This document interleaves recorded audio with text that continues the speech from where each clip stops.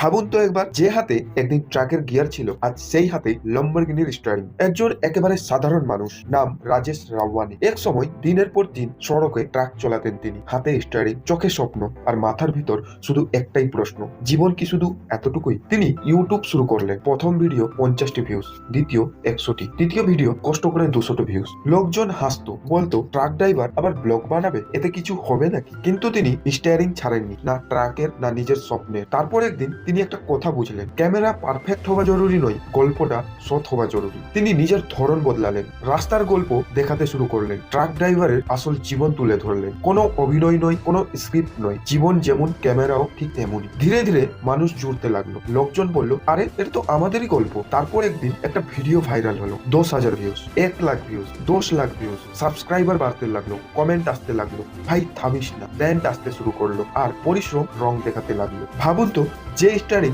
একদিন শুধু পেট ভরাতো, সেই স্টারিংই একদিন স্বপ্নকেও দিক দেখালো। আর তারপর সেই দিন এলো যেদিন ট্রাকের পর তার হাতে ছিল লম্বরগিনির স্টারিং। এটা গল্প শুধু টাকার নয় বন্ধুরা, এই গল্পটা সাহসের, পরিশ্রমের, আর নিজের ওপর বিশ্বাস রাখা। তোমার গল্প যদি সৎ হয়, একদিন দুনিয়া নিজেই সেটা শুনবে। এবার তুমি বলো, তুমি স্টারিং ধরবে নাকি শুধু অজুহাত বানিয়ে যাবে?